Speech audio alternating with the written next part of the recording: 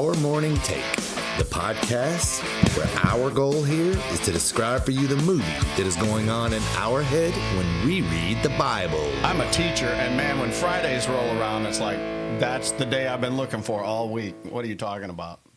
Wow. Yeah, like that. It's Friday. It is. You must really love your kids. I do love but I love Friday more.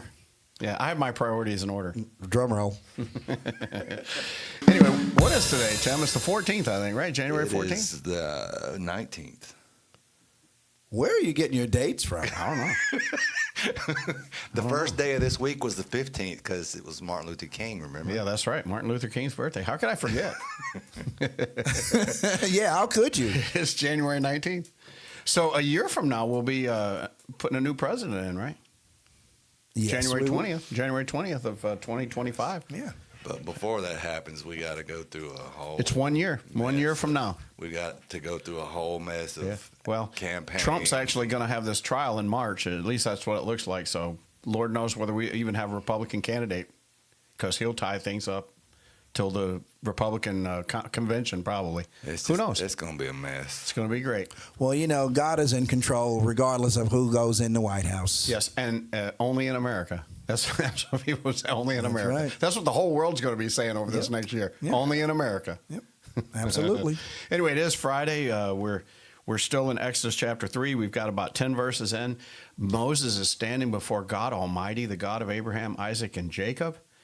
And he's telling him, you know what? I know it's been 400 years, but I finally hear the people's cry.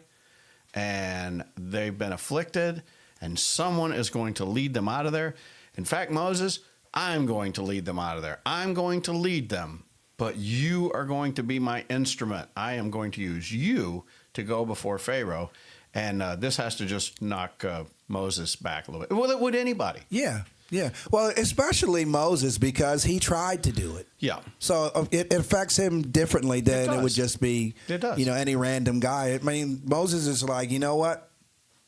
I thought it was me, but apparently it wasn't. I'm glad you're going to do something. Yeah, I'm glad you're doing it, because I'm not going to be able to do it. So anyway, we're going to start reading today. We're going to see how far we get on a Friday before we wrap up for the Are we weekend. ready? Exodus chapter Oh, they are. 3. They're giving me the nod. They're ready. All right. If you want to read along with us, verse 10. And Moses said unto God, Oh, we are in verse Who 11. am I that I should go unto Pharaoh, and that I should bring forth the children of Israel out of Egypt? and he said, Certainly I will be with thee, and this shall be a token unto thee that I have sent thee.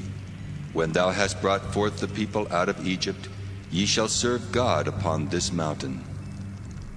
And Moses said unto God, Behold, when I come unto the children of Israel, and shall say unto them, The God of your fathers hath sent me unto you, and they shall say to me, What is his name? What shall I say unto them? And God said unto Moses, I am that I am. and he said, Thus shalt thou say unto the children of Israel, I am hath sent me unto you. Yeah, well, we've got more than we'll just got more stop than it. we can get through that today. We'll was gonna just stop at 14. I was going to say we got to cut that. That's a lot to dive into right there. So what Abe and I was talking about off the air, and we just said that we were going to try to take these excuses one by one. Yes. So the first one comes in verse 11, and it's only verse 11. It's just right at the start of the verse. He says, Moses says to God, Who am I? Who am I? And if you've ever been in a ministry anywhere, if you've ever been called into a ministry, truly called by God, I'll guarantee you one of the first questions you've asked is, wait a minute, who am I? Well, how does this have anything to do with me? I'm not qualified for this, okay? I'm just, I'm Moses. I'm 80-year-old man now. I got a wife and a son. I raise sheep. I'm in Midian. I'm literally a long way from Egypt, in fact. I'm not even down. Why can't you? What about Aaron? He's still back there. Yeah. What can't Aaron do? Better yet, I made a fool out of myself before I left. Yeah, I've already killed a guy. Who's going to listen to me? I'm not going back. You know, Not because happening. when you think about it, you know, he literally, like when they were quarreling and he was like, oh, so you're going to kill me too, like you did that other guy? Mm-hmm. So he's a laughing stock. Yeah. You know, so he's just like, no way, I am not your guy. So I know that this is the story that's written. We can only understand the story that's written. Moses is saying, who am I that I would go to Pharaoh? First off, Pharaoh's a very, very important guy. It's hard to probably even get into Pharaoh. But that's probably another thing that God is realizing. You know what, though, Moses, you're exactly the right guy. Because this is what I'm saying. Pharaoh will want an audience with you. Yeah, absolutely. This is, everything just like God used Moses as an inside man. This is just the perfect plan. Because even though it's a new Pharaoh, he still knows about Moses. Yeah. Yeah, he hasn't forgotten about that guy. So you're the guy that everybody's been talking about. Yeah, send him in. Yeah, Yul Brenner still remembers who he is. It's like, yeah, I know you, Moses. Okay, so the second excuse. No, we've got to still stay with that because Yes. God has an answer to Yes. that excuse. And he will to us too.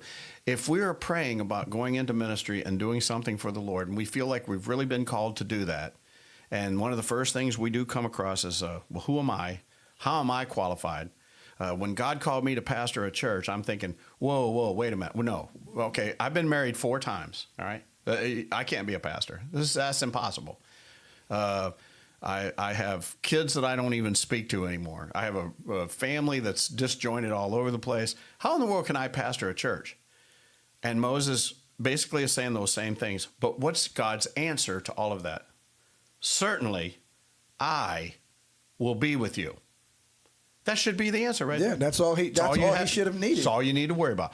I will be with you. So, as Abraham Lawrence so often puts, if God gives you the plan, first thing is he provides you with the tools. That's what he said. That's what we said last week in the podcast. He provides you with protection. But the main thing God provides us with is himself. That's right.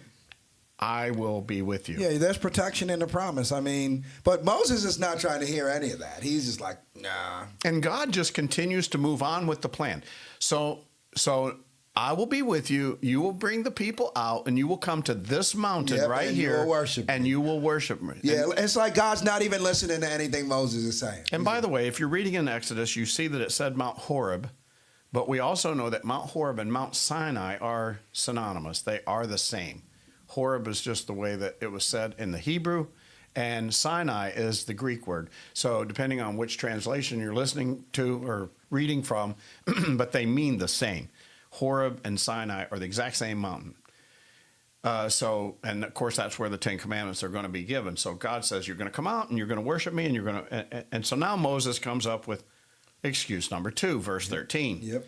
And Moses says, okay, if what you're saying is right, I'm actually now it's like he shifts from seeing Pharaoh. He worries about, well, what about the children of Israel? Because you know what? They never liked me either. Okay. Not only was I cast out of Pharaoh's house, and I didn't want to even belong to Pharaoh. I wanted to head down there. But those guys don't like me either. Who made me God? So I need to know who's sending me so that they'll understand what's going on. So that I'm not doing it in my own strength. Because like I said, when he left, he made a fool out of himself. Yeah, and we all know that you are the God of our fathers. You're the God of Abraham. You're the God of Isaac. I know, I get it. But what in the world am I going to tell them who sent me? Because, see, God didn't even have a name at this point. And God gives him his name. Yep. Yahweh. That's where we get the YHWH. The I am who I am. And that's what Yahweh means, and that's what God says. You can say, I sent that. That's who sent you. I am that I am. What do you think about the meaning of that word, Abe? It's just, well, first of all, the movie in my head is, if I'm Moses and I hear that, I'm trembling. Like, wow, that is just so deep, and it's far beyond the name above any other name. It's like, that is just so deep. It's a crazy name. Yeah. It's like I am. It's like I am. There's nothing Yeah. beyond me. Nothing beyond me. I am. And It's Moses like, is stop probably like dumbfounded when God says that. It's pretty cool, though. It's a Yeah. cool name. Yeah. Yeah, it's not Joe. It's I am that I am. It's almost like God is almost too holy to actually have a name. I'm in existence. I am a life. I am It's truth. Like I am. I always was. I always will be. Mm-hmm. Am is a very, very composite word. All right. What in the world is going on? We're already at the 10-minute mark. Wow. Wow. This week has just flown by. I hope you guys come back next week. And I hope you go to church somewhere this Sunday, okay? Yes, and please, if you get a chance, read this story or tune in with us because Moses isn't done with his excuses. Oh, long way from it. Oh, yeah.